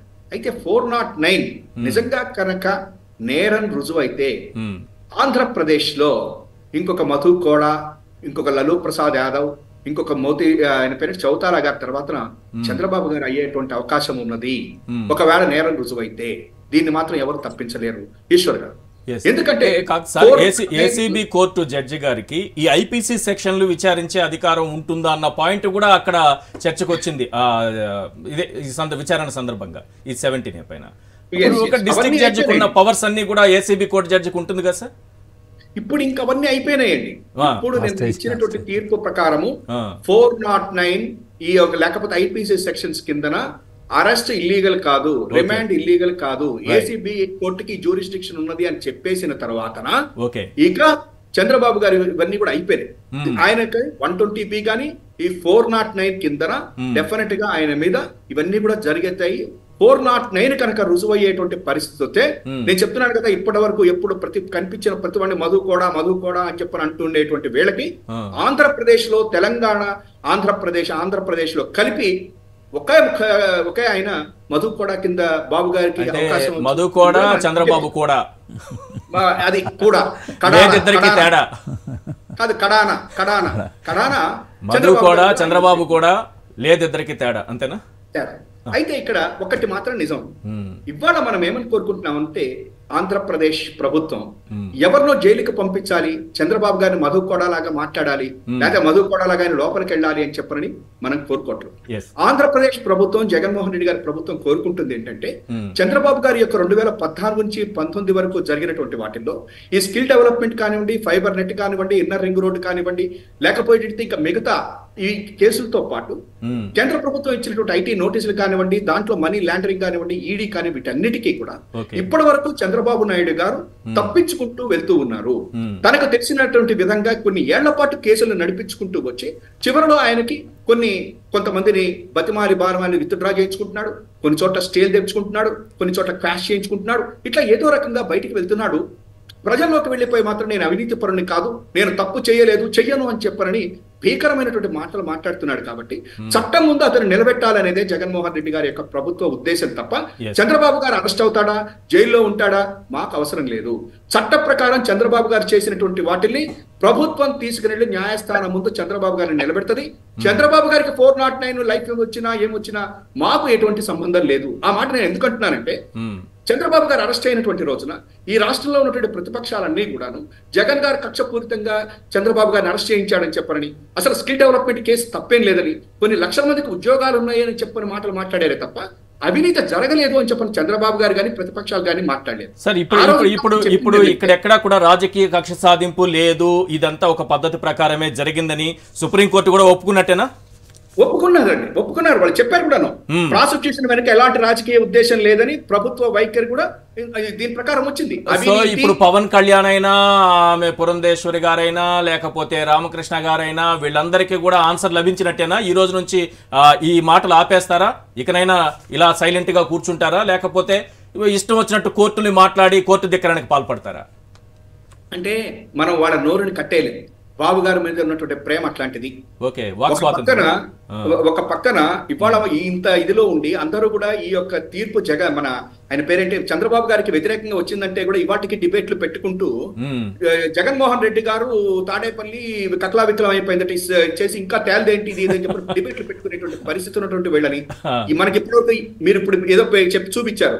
ఇప్పటి వరకు ఇటువంటి పత్రికలు పచ్చ పత్రికలకి నేను ఒక్కటే ఇప్పటికైతే ఇబ్బందులు లేవట, ఇప్పుడు ఇబ్బందులు లేవట అంటే ముందుంటాయని చెప్పి వాళ్ళే చెప్పుకుంటున్నారు. ఇక చివరిగా ఏంటంటే సార్ ఒక్కటే నేను ఇవాళ చెప్పదలుచుకున్నటువంటి ఇవాళ రోజున ఈ యొక్క తీర్పు ద్వారా ఆంధ్రప్రదేశ్ ప్రజలకి తెలియాల్సింది ఏంటంటే చంద్రబాబు గారి యొక్క 2014 నుంచి 19 వరకు కూడా పూర్తి అవినీతి అక్రమాలు చోట జరిగినటువంటిది అనేటువంటిది ఒకటి తెలియటం ఒకటి. రెండోది ఇప్పటికైనా కూడా ప్రతిపక్షాలు దీని మీద స్పందించాల్సినటువంటి అవసరం ఉన్నది. నిజంగా చంద్రబాబు గారి యొక్క అరెస్ట్ అక్రమం అని చెప్పిన మాట్లాడినటువంటి ఇందాక మనం చెప్పినటువంటి ఈ ముగ్గురు కూడా అది అక్రమమా సక్రమమా లేదు ఇంకా మేము దీని గురించి మాట్లాడతాం అనేది ప్రజలకి క్లారిటీ ఇవ్వాల్సినటువంటి అవసరం ఉంది. ఈ రాష్ట్ర ప్రభుత్వం ఆయన అరెస్ట్ వరకే చేసింది తప్ప ఆయన జైలుకి పంపించింది. మీరు ఇంత స్ట్రాంగ్ ఎవిడెన్స్ మొదటి నుంచి ఉంది అంటున్నారు కదా. సెక్షన్ 409 ఐపీసీ ప్రకారం ప్రజల నమ్మకాన్ని నేరపూరితంగా వంచడం వంటి అంశంలో ఈ 409 రుజువు అవుతుంది ఖచ్చితంగా అని అనుకుంటారా? అది ఆయనకి శిక్ష పడాలని మీరు కోరుకోవట్లేదన్నారు, అది వేరే విషయం. అంటే కక్ష సాధింపుతో కోరుకోవట్లేదన్నారు, కానీ నేరం రుజువు కావాల్సినటువంటి ఎవిడెన్స్ ఉందా? తప్పకుండా నేరం రుజువు అవుతుందా? యావజ్జీవ కారాగార శిక్ష చంద్రబాబుకు పడుతుందా అంటే ఏం చెప్తారు? ఇప్పుడు నిన్న ఫస్ట్ అరెస్ట్ చేసిన తర్వాత ఆయన రిమాండ్కి పంపించిన రోజునే ప్రైమా ఫేసీ కేసు ఉన్నది అని చెప్పని ఏసీబీ కోర్టు భావించింది కాబట్టి ఆయన రిమాండ్ చేసింది నెంబర్ 1. నెంబర్ 2 అక్కడ నుంచి ఆయన బెయిల్ పిటిషన్ కానివ్వండి లేకపోతే ఈ 17A కానివ్వండి ఇవన్నీ హైకోర్టు నుంచి ఇవాళ సుప్రీంకోర్టు దాకా వచ్చింది. ఇవాళ సుప్రీంకోర్టులో నిన్న వచ్చినటువంటిది చూసిన తర్వాత ఆయన మీద ప్రైమా ఫేసీ ఉన్నది, దీంట్లో కొంత అవినీతి ఉన్నది అనేటువంటిది కొంతవరకు న్యాయస్థానాలు కానీ న్యాయమూర్తులకి వచ్చిన తర్వాత మాత్రమే ఈ రకమైనటువంటి తీర్పులు వచ్చినాయి అనేటువంటిది మనం తెలుసుకుంటాం. ఇంకొక విషయం ఏంటంటే ప్రజల యొక్క నమ్మక ద్రోహాన్ని 409 కిందన నమ్మక ద్రోహానికి పాల్పడినటువంటి అవినీతికి పాల్పడినటువంటి చంద్రబాబు గారు ఈ స్కిల్ డెవలప్మెంట్ స్కామ్ లో ఏదైతే చేశాడో దాంట్లో కొన్ని ఆధారాలు ఉన్నాయి. నాకు సబ్జెక్టు కరెక్షన్ నేను ఎప్పుడో కింద కూడా మారినట్టున్నారు, స్టేట్మెంట్ కూడా ఇచ్చారు. ఇవన్నీ కూడా పరిగణలోకి తీసుకున్న తర్వాత మాత్రమే నిన్న పీసీ యాక్ట్ కింద గవర్నర్ పర్మిషన్ కావాలి అని చెప్పాను. గవర్నర్ పర్మిషన్ ఇది ఒక్క నిమిషం సార్, ఈ గవర్నర్ కూడా నేను ఒక్క నిమిషం మాట్లాడతాను, పెద్దలకి ఇవ్వండి. గవర్నర్ పర్మిషన్ కావాలంటూనే ఈ రిమాండ్ అరెస్ట్ విచారణ చేసుకోమన్నా. అయితే ఇక్కడ ఇంకొకటి ఉంది, ఇక్కడ మన మాల్యాద్రి గారు ఉన్నారు, మన వెంకటరామరెడ్డి గారు పెద్దలు ఇద్దరు కూడా ఉన్నారు. కానీ ఇక్కడ ఒకటే ఏంటంటే అసలు పీసీ యాక్ట్ లో గవర్నర్ పదం ఎట్లా వచ్చింది అనేది నాకు ఇప్పటికీ అర్థం కావట్లేదు. ఎందుకంటే కాంపిటెంట్ అథారిటీ అని చెప్పని మాత్రమే అన్నారు. అదే ప్రభుత్వ ఉద్యోగి కాంపిటెంట్ అథారిటీ ఉంటాడు, అపాయింటింగ్ అథారిటీ ఉంటాడు, కాంపిటెంట్ అథారిటీ ఉంటాడు. What about the political public servants? దానికి అందులో అన్నది ఏంటంటే వాళ్ళు డీజీపీ దగ్గర ఎవరి దగ్గర తీసుకోవాలన్నట్టుగా ఒక గైడ్ లైన్స్ లో చూశానే తప్ప గవర్నర్ ఎట్లా ఇస్తాడు? గవర్నర్ అనేటువంటి వ్యక్తి కాంపిటెంట్ అథారిటీ అవుతాడా? ఇప్పుడు ఇవాటి రోజున ఇందాక మన ఆయన వేశారు కదా కేసు, ఫైల్ చేశారు ఆయన ప్రశాంత్ భూషణ్. ఇప్పుడు ప్రశాంత్ భూషణ్ గారు అడుగుతున్నది కానీ నిన్న ఆమె మేడం ఇచ్చినటువంటి దాంట్లో కూడా అదే అన్నారు. ఈ యొక్క పీసీ ఈ యొక్క 17A అడ్డం పెట్టుకుని అధికారాన్ని దుర్వినియోగం చేసుకున్న అవినీతి పరులకి ఇది ఒక రకమైనటువంటి షెల్టర్ కాకూడదు అన్నారు. At the same time governor అనేటువంటి అతను కాంపిటెంట్ అథారిటీ ఎట్లా అవుతాడు? ఒక చీఫ్ మినిస్టర్ కి, ఒక ప్రైమ్ మినిస్టర్ రాష్ట్రపతి దగ్గరికి వెళ్ళడానికి లేదా ఒక చీఫ్ మినిస్టర్ గవర్నర్ దగ్గరికి వెళ్ళడానికి ఎట్లా వెళ్తాడు? అసలు వాళ్ళు కాంపిటెంట్ అథారిటీ ఎట్లా అవుతారు? నెంబర్ 1. నెంబర్ 2, ఈ దేశంలో చంద్రబాబు గారు లాంటి వాళ్ళు ఈ రకమైనటువంటి అడ్డం పెట్టుకుని వాళ్ళు అధికారంలో ఉన్నప్పుడు చేసినటువంటి అవినీతికి ఇది షెల్టర్ కింద తీసుకుంటే అసలు అవినీతి నిరోధక చట్టం ఎందుకు ఇంక పొలిటికల్ లీడర్స్ మీద అనేటువంటిది కూడా రేపు వస్తుంది. మీరు చెప్పిన దాని ప్రకారం ఒక మంచి పాయింట్ సార్ ఇదైతే, దీనిపైన డిబేటబుల్ పాయింట్. అది కాంపిటెంట్ అథారిటీ గవర్నర్ ఎలా అవుతారు అంటే, ఇప్పుడు ఒక ఎమ్మెల్యే విషయం తీసుకోండి, మనకి స్పీకర్కి సమాచారం ఇచ్చి అరెస్ట్ చేసేటటువంటి అవకాశం ఉంటుంది. ఇప్పుడు చంద్రబాబు కూడా ఎమ్మెల్యే స్థాయిలోనే కదా ఉన్నారు, ఒక ఎమ్మెల్యే సాధారణ ఎమ్మెల్యేగా ఉన్నారు, ఆయన ముఖ్యమంత్రి స్థాయిలో లేరు కదా. ఇప్పుడు ఒక రెండో పాయింట్ కూడా ఒకటే ఆలోచించవచ్చు కదా ఈ కోణంలో కూడా. ఇక్కడ ఒక్కటే ఉందండి, చివరిగా నేను చెప్తున్నాను, ఇవాల్టి రోజున ఈ పీసీ యాక్ట్ లో ముఖ్యంగా ఈ 17A అనేటువంటి దాని మీదట ఇది పొలిటికల్ పబ్లిక్ సర్వెంట్స్ కి వర్తించదు, ఓన్లీ గవర్నమెంట్ పబ్లిక్ సర్వెంట్స్ కి మాత్రమే వర్తిస్తుంది. అది ఎందుకు అంటే వాళ్ళు ఐఏఎస్ లో వీటిల్లో ఉన్నప్పుడు కొన్ని పాలసీ డెసిషన్స్ తీసుకున్నప్పుడు వాళ్ళకి వచ్చేటువంటి కొన్ని ఇబ్బందుల మూలకంగా వాళ్ళని ప్రొటెక్షన్ ఇవ్వడం కోసం చేసిందే తప్ప ఈ పొలిటికల్ లీడర్స్ వీళ్ళు పబ్లిక్ సర్వెంట్స్ సార్. అందుకే మీకు అక్కడ ఎక్కడ కూడా political public servants only public servants అన్నారు. కాంపిటెంట్ అథారిటీ ఉంది కాబట్టి దీని మీద కూడా చర్చ జరగాలి. ఈ లోపల చంద్రబాబు నాయుడు గారి మీద ఐపీసీ సెక్షన్స్ కిందట కొంత ముందుకు వెళ్ళిపోయి మరి ఏం జరుగుతుంది అనేటువంటిది కాలం చూస్తుంది, న్యాయస్థానాలు చూసుకుంటాయి. ఈ కాంపిటెంట్ అథారిటీ అనే దాంట్లో సుందరరాం శర్మ గారు, గవర్నర్ గారు వీళ్ళతో ప్రమాణ స్వీకారం చేయిస్తారు కాబట్టి ఆయన పేరు మీదుగా స్టేట్ గవర్నమెంట్ లో ఉన్నటువంటి ఎనీ అపాయింట్మెంట్స్ అన్ని కూడా the governor is please to appoint అని చెప్పి రాస్తారు కాబట్టి ఆ విధంగా ఆ పోస్ట్ నుంచి అతనే అపాయింటింగ్ అథారిటీ అనేటువంటి ఒక కంక్లూజన్ కి వచ్చినటువంటి సిచ్యువేషన్ అనుకుంటాను. అమెండ్మెంట్ టైంలో దాన్ని డిస్క్రైబ్ చేశారా? దాన్ని డిస్క్రైబ్ చేయాలి అపాయింటింగ్ అథారిటీ. అందువల్ల మీరు అన్నట్టుగా దీనిపైన డిస్కషన్ అనేది చాలా అవసరము. దీనిపైన అవసరం అనుకుంటే సుప్రీంకోర్టు ఇప్పుడు విస్తృత ధర్మాసనము ఇప్పుడు రేపు ఇచ్చేటువంటి జడ్జిమెంట్లో అటువంటి అవకాశం కూడా ఉంది. దాన్ని ఏ విధంగా నిర్వచించాలి, లేదంటే they may advise the government to even 17A మళ్ళీ కూడా తీసేసి దాన్ని అమెండ్ చేసేటువంటి అవకాశం కూడా రావచ్చు. తర్వాత సార్ ఇప్పుడు వీళ్ళు మన ఇద్దరు జడ్జిలు ఇచ్చినటువంటి ఫైనల్ ఆర్డర్లో ఎంత చక్కగా చెప్పారంటే, ఒక 5 లైన్లు ఉందండి, నేను చదివి వినిపిస్తాను. As we have expressed opinions taking different views on the interpretation of Section 17A of the Prevention of Corruption Act 1988, as also its applicability to the appellant in the subject case, we refer the matter to the Honorable the Chief Justice of India. The registry to place the paper before the Honorable the Chief Justice of India so that appropriate decision can be taken for the constitution of a larger bench. In this case, for ఇది important అండి, adjudication on the point on which contrary opinion have been expressed by us. వీళ్ళిద్దరూ contrary opinion 17A పైన మాత్రమే ఇచ్చారు కాబట్టి larger bench ఆ ఒక్కదానిపైనే discuss చేస్తుంది, దానిపైనే జడ్జిమెంట్ ఇస్తుంది. కాబట్టి మిగతా వాటి జోలికి పోవాల్సిన అవసరం కూడా లేదు, అందులో క్లియర్ గా ఉంది. కాబట్టి ఇప్పుడు ధర్మాసనం ఓన్లీ 17A చుట్టూ డిసైడ్ చేస్తుంది. ఇక్కడ పర్మిషన్ తీసుకోవాలా లేదా అన్న అంశం మాత్రమే డిసైడ్ అవుతుంది. కానీ ఇక్కడ 2 అంశాలు ఉన్నాయి సార్. ఒక అనిరుద్ధ్ బోస్ గారు జస్టిస్ గారు మాట్లాడుతూ ఇప్పుడైనా మీరు గవర్నర్ పర్మిషన్ తీసుకోవచ్చు, మీ కేసును కంటిన్యూ చేసుకోవచ్చు అన్నారు. ఒకరు అవసరం లేదు అని అన్నారు. ఇప్పుడు ఇక్కడికి వెళ్ళిన తర్వాత తీసుకోవచ్చు తీసుకోకూడదు విస్తృత ధర్మాసనం ఏం చెప్పినా కేసు అయితే కంటిన్యూ అవుతుందని ఇద్దరు సంతకం పెట్టిన ఆర్డర్ అది. సో ఏ మాత్రం ఊరట ఉండదు రేపు విస్తృత ధర్మాసనానికి వెళ్ళినా. ఇద్దరు కరెక్ట్ గా ఒపీనియన్ తో ఇచ్చినటువంటి ఆర్డర్. ప్లీజ్ సార్ మాల్యాద్రి గారు చెప్పండి సార్. ఆయన పేరు తెలియదు, వెంకటరామరెడ్డి గారు. ఒక చిన్న విషయము ఒకటేందంటే సార్, ఆయన గవర్నర్ గారు చీఫ్ మినిస్టర్ గా ప్రమాణ స్వీకారం చేయటమే కాకుండా రిమూవింగ్ కూడా గవర్నర్ కే ఉంది. దీన్ని రిమూవ్ చేయాలంటే పవర్ గవర్నర్ కే ఉంది. అవును. తర్వాత స్టేట్ ఎక్సియర్ ని కాపాడేది గవర్నర్.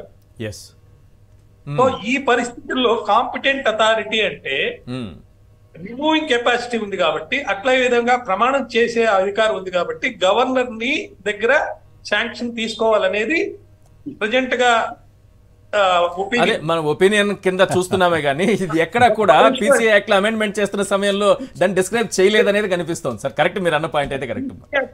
పీసీ యాక్ట్ లో క్లారిటీ తోటి పబ్లిక్ అంటే కాంపిటెంట్ అథారిటీ అన్నారు కానీ గవర్నర్ పదం రెఫర్ చేయలేదు. అదే కాంపిటెంట్ అథారిటీ అంటే a person who can appoint and who can remove. That person is the competent authority. Correct అండి, correct, you are right. Governor గారి పేరు మీదనే వెళ్తుంది. కాబట్టి ఇక్కడ పబ్లిక్ సర్వెంట్ కి ఏమైనా డిస్క్రైబ్ చేశారా సార్? పబ్లిక్ సర్వెంట్ నిర్వచనం, పబ్లిక్ సర్వెంట్ అని రాశారు కదా. పబ్లిక్ సర్వెంట్ కి అక్కడ డెఫినేషన్ కంటే జనరల్ గా ఐపీసీ లో కూడా డెఫినేషన్ ఉంటది సార్. ఇప్పుడు ఒక్క నిమిషం అండి, పొలిటికల్ లీడర్స్ ఎవరైతే శాలరీస్ తీసుకుంటున్నారో వాళ్ళు పబ్లిక్ సర్వెంట్ అనేది డెసిషన్ ఆల్రెడీ ఉంది. ఓకే, కాబట్టి is public servant, chief minister is public servant. అదొక పాయింట్. మరొక ఇంపార్టెంట్ పాయింట్ నేను ఏ ఛానల్స్ లో చెప్పలేదు, మీ దగ్గర చెప్తాను. ప్లీజ్. ఏంటంటే అది నేను అనిరుద్ బోస్ గారి జడ్జిమెంట్ చదివేటప్పుడు 2 విషయాలు ఆయన క్లారిటీ ఇచ్చారండి. ఒకటి పోలీస్ ఆఫీసర్ పవర్, 2 కోర్టు యొక్క పవర్. పోలీస్ ఆఫీసర్ పవర్ ఏంటంటే అరెస్ట్, అవును.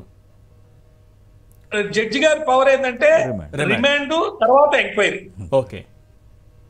సో ఈ ఆస్పెక్ట్ లో ఆయన ఒక చాలా ఇంపార్టెంట్ మాట అన్నది ఏంటంటే, మీరు చదివిందే నేను చదువుతున్నాను, అయితే నేను తెలుగులో చెప్తున్నానంటే, ఆయన ఏమన్నారంటే ఏదైనా కేసు నమోదు చేసి దర్యాప్తు చేసేందుకు, దర్యాప్తు ప్రారంభించేందుకు సంబంధిత అథారిటీ అనుమతి అవసరం అని తెలిపారు. అంటే registration of FIR and investigation, ఈ 2 చేసేదానికి మన ప్రివెన్షన్ ఆఫ్ కరప్షన్ యాక్ట్ కింద అయితే అనుమతి కంపల్సరీ అన్నారు. కానీ అంతటితో వదలలేదండి. అంతటితో వదులుంటే ఫర్దర్ ఇన్వెస్టిగేషన్ చేయడానికి లేదని చెప్పి మనం అనుకునేవాళ్ళం. కానీ తర్వాత కూడా రాశారు, ఏం రాశారంటే అలా అనుమతి లేకుండా విచారణ జరిపితే, చేపడితే అది అక్రమమే అవుతుంది అన్నారు. ఒకవేళ ఎవరైనా సపోజ్ ఒక పోలీస్ ఆఫీసర్ కనుక ఇన్వెస్టిగేషన్ చేస్తే దట్ ఈస్ నాట్ కరెక్ట్ అన్నారు. కానీ అంటూనే ఇంకొక వాడు కూడా రాశారండి. ఏం రాశారు? అదే సమయంలో ఇప్పుడైనా రాష్ట్ర ప్రభుత్వం అనుమతి తీసుకోవచ్చని అభిప్రాయపడ్డారు. కరెక్ట్. అందువల్ల ఇన్వెస్టిగేషన్ ఇల్లీగలా కాదా అనే దానికి సంబంధించి ఎప్పుడైతే పోలీస్ ఆఫీసర్ యొక్క అరెస్ట్ లీగల్ అన్నారో, నెక్స్ట్ రిమాండ్ పవర్ కూడా లీగల్ అన్నారో, ఒకవేళ పోలీస్ ఆఫీసర్ ఫర్దర్ ఇన్వెస్టిగేట్ చేసినా అది అక్రమం అయితే కూడా తర్వాత శాంక్షన్ తీసుకుంటే అవన్నీ లీగల్ అయిపోతాయి. Very good. అన్ని లీగల్ అయిపోతాయి. ఇది చాలా ఇంపార్టెంట్. అయితే జడ్జిస్ పవర్ కు వచ్చేటప్పటికే, జడ్జి గారి పవర్ కు వచ్చేటప్పటికే మళ్ళీ డిఫరెంట్ గా రాశారండి. జడ్జి గారి పవర్ కు వచ్చేటప్పటికే రిమాండ్ పవర్స్ వరకు ఒప్పుకున్నారు, రిమాండ్ పవర్ ఉందని. కానీ తర్వాత ఎంక్వైరీకి సంబంధించి అంటే తర్వాత అంటే ఆఫ్టర్ రిమాండ్ అంటే చాలా ఉంటాయి. ట్రయల్ చేయడం కానీ, కాగ్నిజెన్స్ తీసుకోవడం కానీ, వీటికి సంబంధించి చాలా ఇంపార్టెంట్ పాయింట్ ఒకటి రాశారు. ఆయన ఏమన్నారంటే సెక్షన్ అంటే ఈ 17A సెక్షన్ ప్రకారం అనుమతి తీసుకోవడానికి ప్రభుత్వానికి ఇప్పటికీ స్వేచ్ఛ ఇస్తున్నాము. అయితే సెప్టెంబర్ 10వ తారీఖున దిగువ కోర్టు ఇచ్చిన రిమాండ్ ఉత్తర్వుల్లో జోక్యం చేసుకోవడానికి నిరాకరిస్తున్నాను అని తర్వాత ఒక సెంటెన్స్ రాశారండి. This is important. ఏం రాశారంటే అవినీతి నిరోధక చట్టం 1988 కింద పేర్కొన్న నేరాలు ఈ దశలో వర్తింపజేయడానికి వీలు లేకపోయినా రిమాండ్ ఉత్తర్వులు జారీ చేసే న్యాయ పరిధి దిగువ కోర్టుకు ఉంది. ఇది ఇంపార్టెంట్ ఒకటి. దాని తర్వాత ఇంకో సెంటెన్స్,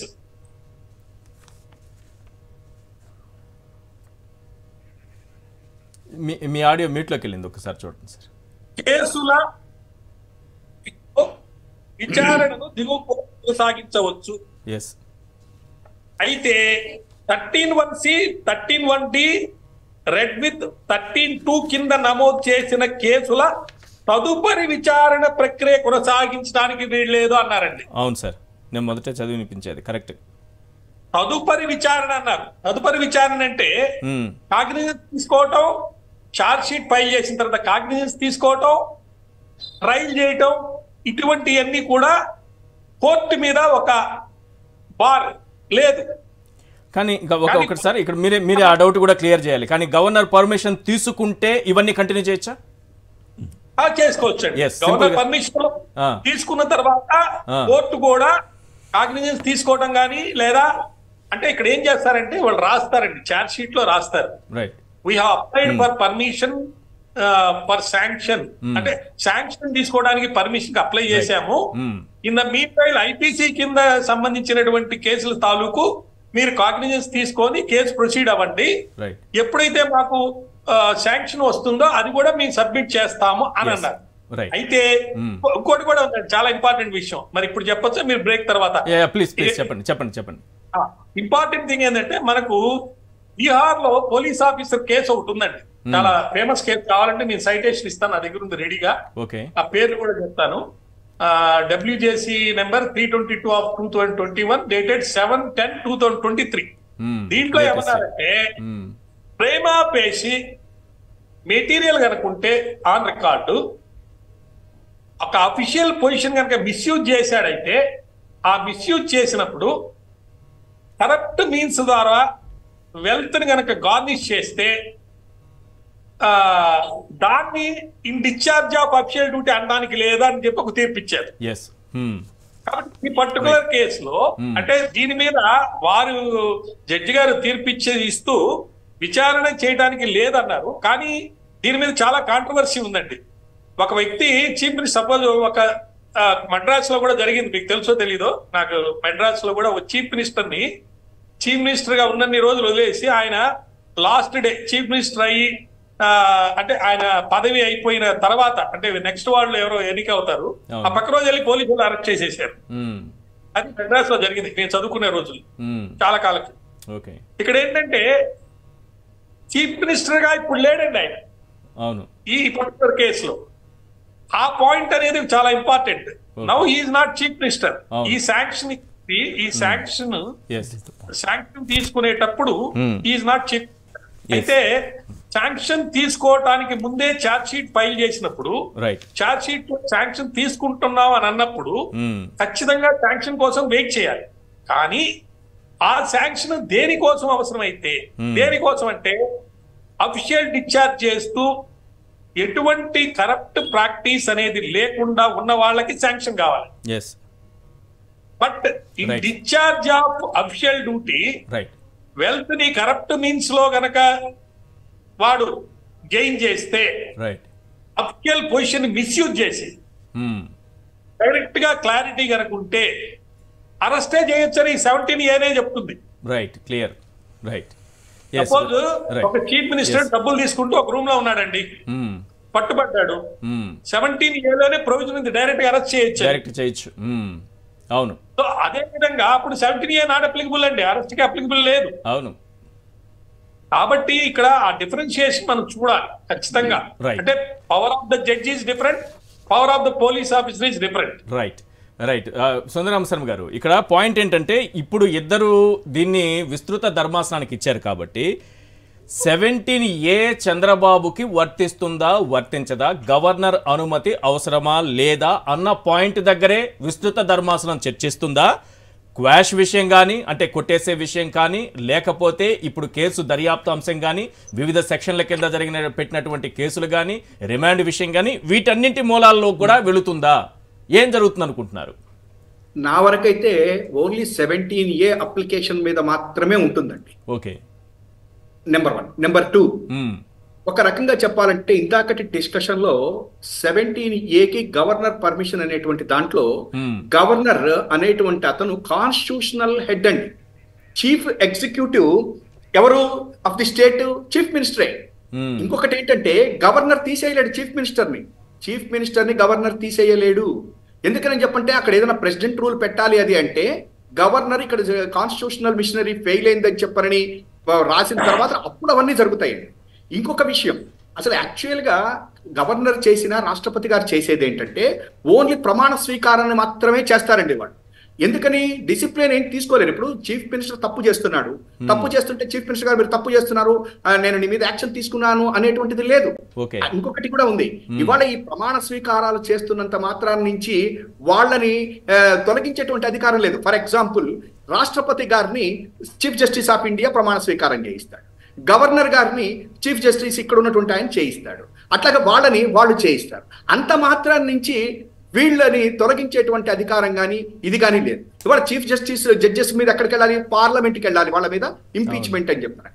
కాబట్టి ఇవాళ గవర్నర్ అనేటువంటిది ఒక పెద్ద ఇష్యూ. మీ ఇందాక నేను చెప్తున్నా, అందులో కూడా ఇక్కడ గవర్నర్ అనలా. ఇప్పుడు ఇక్కడికి ఎందుకు గవర్నర్ మనం అంటున్నామంటే, చంద్రబాబు నాయుడు గారు ఏమంటున్నారు, గవర్నర్ వ్యవస్థ అంతా కూడా ఇది కేంద్ర ప్రభుత్వం చేతుల్లో గవర్నర్లు ఉంటారు అని మనం మాట్లాడుతున్నటువంటి ఈ పరిస్థితుల్లో గవర్నర్ ఇస్తాడా లేదా అనేటువంటిది అదొక విషయం అండి. ఇంకొకటి నేను ఫైనల్ గా చెప్పేది ఏంటంటే, కాంపిటెంట్ అథారిటీకి డిసిప్లినరీ అథారిటీ కూడా ఉంటుంది, రిమూవల్ అథారిటీ ఉంటుంది, తర్వాత అతన్ని ప్రమోషన్ ఇవ్వచ్చు, డిమోషన్ చేసేటువంటి అధికారం ఉంటుంది. ఇవన్నీ కూడా గవర్నర్ గారికి ఒక ముఖ్యమంత్రి మీద లేదు.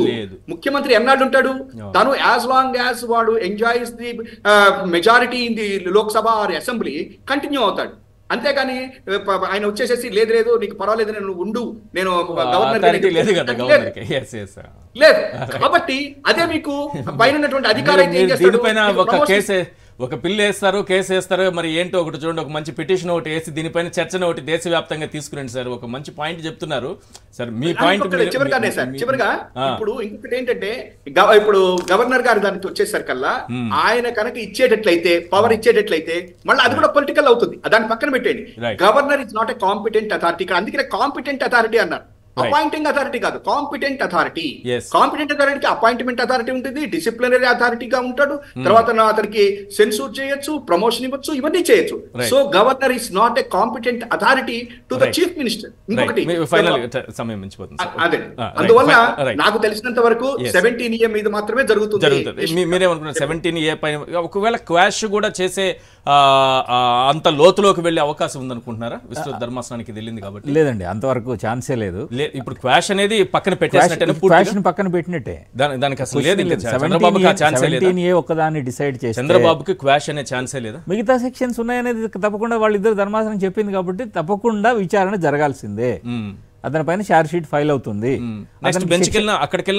అంతే, సింపుల్. మీరు చూడండి, మీరు అంటే ఇప్పుడు ఇన్ని రకాల చర్చలు జరుగుతున్నాయి, ఇంతమంది లా ఎక్స్పర్ట్స్ ఉన్నారు. తప్పకుండా మళ్ళీ విస్తృత ధర్మాసనం ఇటువంటి తీర్పే ఇస్తుంది. దీనిపైన బహుశా వీళ్ళిద్దరూ ఈ జడ్జిలు ఏకీవించినటువంటి విషయాల్ని వాళ్ళు టచ్ చేయరు. దీనిపైన ప్రొసీడ్ కావచ్చు. 17A వాళ్ళు డిసైడ్ చేస్తారు, ఖచ్చితంగా మెరిట్ లో డిసైడ్ చేస్తారనే మనం హోప్ తోనే ఉందాం. తెలదు ఈశ్వర్ గారు, ఎందుకంటే ప్రశాంత్ భూషణ్ గారి ఉంది. ప్రశాంత్ ప్రకారము 5 బెంచే కాన్స్టిట్యూషనల్ బెంచ్ అండి, 3 కాదండి. ఆర్టికల్ 145 క్లాస్ 3 ప్రకారము minimum number of judges are 5 for a constitutional bench. ముగ్గురు అని కూడా కొంతమంది దగ్గర వస్తుంది, కాదు. తర్వాత ఇంకోటి ఏంటంటే, సార్ చెప్పినట్టు రెఫరెన్స్ ఇచ్చేటప్పుడు చీఫ్ జస్టిస్ గారు రెఫరెన్స్ పంపుతారండి. వీళ్ళిద్దరి యొక్క పాయింట్ కూడా తీసుకొని ఆయన రెఫరెన్స్ తో ఇంకేదైనా పాయింట్స్ కూడా యాడ్ చేయొచ్చు. చీఫ్ జస్టిస్ ప్రెరగేటివ్ ఉంటది. అవన్నీ కూడా 5 బెంచ్ ఆన్సర్ చేస్తుంది. 5 బెంచ్ కూడా ఈ రెఫరెన్స్ ని బేస్ చేసుకుని ఇంకేదైనా క్వశ్చన్లు కూడా వేసుకోవచ్చు. ఆ లిబర్టీ 5 బెంచ్ ఉంటుంది. Right sir, thank you sir. Malyadri గారు, ఇవాళ చర్చలో మీరు పాల్గొన్నందుకు thank you so much sir. అలాగే సుందరాం శర్మ గారు, వెంకటరామరెడ్డి గారు, థ్యాంక్ యూ సార్. ఇది ఇవాళ చర్చా కార్యక్రమం. చూస్తూనే ఉండండి సాక్షి టీవీ.